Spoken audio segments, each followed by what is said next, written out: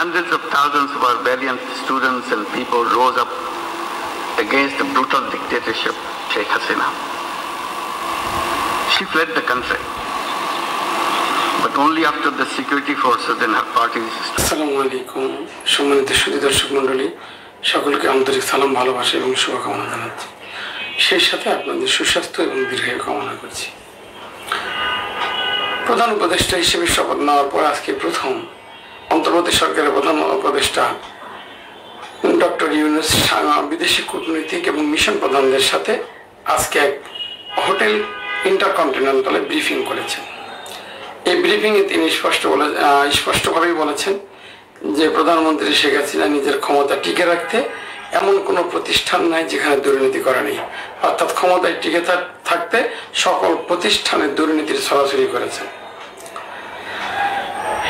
সেজন্য উনি বলেছেন, আরো ব্রিফিং করেছেন যে উনি এইসব দুর্নীতি দমন করার পরেই নতুন একটি নির্বাচনে অনুষ্ঠানের আয়োজন করবেন এবং এদেশে খুব শীঘ্রই একটা ফেয়ার নির্বাচন হবে, এ ব্যাপারে তিনি ইঙ্গিত করেছেন। তার প্রেস সচিব আরো জানান, দুর্নীতিগ্রস্ত প্রতিষ্ঠানগুলো রেখে কখনোই সুষ্ঠু নির্বাচন সম্ভব নয়।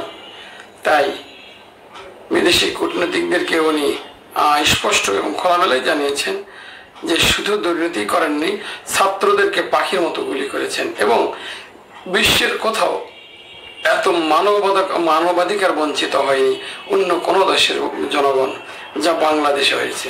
এবং ছাত্রদের ব্যাপারে উনি জানিয়েছেন যে আমি ছাত্রদেরকে, আহতদেরকে দেখতে গিয়েছি, তাদের সাথে কথা বলেছি, এত পরিমাণে গুলি চলেছে, বিশ্বের কোথাও একসাথে এত গুলি চলেনি। Destroyed every institution of the country. Judiciary is broken. Democratic rights. They never had an opportunity to go to a polling booth. যাই হোক, মাননীয় প্রধান উপদেষ্টা খুব শীঘ্রই একটি নির্বাচন আয়োজন করবেন, তবে দুর্নীতিমুক্ত এবং প্রশাসনকে ঢেলে সাজানোর আগের মুহূর্তে নয়। আমরাও চাই যে বাংলাদেশ থেকে অর্থনৈতিক খাতগুলোকে উনি ঢেলে সাজাবেন এবং সেই সাথে দুর্নীতির ব্যাপারে একটি ভালো পদক্ষেপ নিয়ে দুর্নীতি মুক্ত করে তারপরে একটি সুন্দর অনুষ্ঠান আয়োজন করবে, এটাই বাংলাদেশের জনগণের চাওয়া। মাননীয় প্রধান উপদেষ্টা আরো বলেন, make any promise, but they wanted immediate decision. Until then, they will not let me come out. This is about the implementation of the rules and procedures. It's not about me. I cannot tell you that I'll do this. যে অর্থনীতি অত্যন্ত খারাপ অবস্থায় আছে, তাই আমি অর্থনীতিকে নতুনভাবে ঢেলে সাজাতে চাই। এবং বিদেশি কূটনীতিকদের উনি আরো আশ্বস্ত করেন যে সকল গণহত্যার বিচারও উনি করবেন।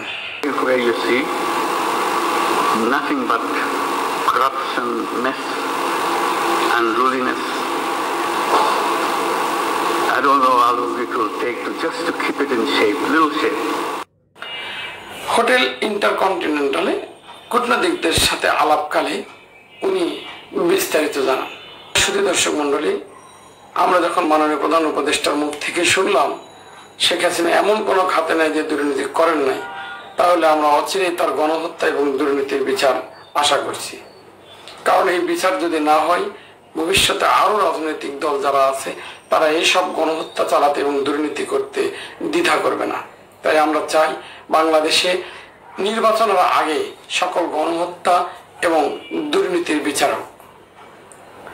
এই দুর্নীতির বিচার যদি না হয়, বর্তমান ছাত্র যারা আছেন, যারা নতুন প্রজন্ম আছেন, তারা এই অন্তর্বর্তী সরকারের উপরও আস্থা হারাবে। কারণ এই সরকারকে ছাত্ররা তাদের নির্দিষ্ট কিছু এজেন্ডা দিয়ে ক্ষমতায় পাঠিয়েছেন। বাংলাদেশের ইতিহাসে এই প্রথম যে কোনো স্বৈরাচারী সরকার এতটাই অত্যাচারী নির্যাতনকারী ছিল যে তাকে শেষ পর্যন্ত পালিয়ে প্রাণ রক্ষা পেতে হলো। আমরা চাই বন্দি বিনিময় আইনে ভারতে যদি তিনি থাকেন তাকে দেশে ফিরিয়ে এনে তার যথোপযুক্ত শাস্তি দেওয়া হোক এবং তার বিচারের আওতায় এনে তার কঠোর বিচার করা হোক, এটাই জনগণের চাওয়া। সকলেই ভালো থাকুন, সুস্থ থাকুন। আসসালামু আলাইকুম ওয়া রাহমাতুল্লাহি ওয়া বারাকাতুহু।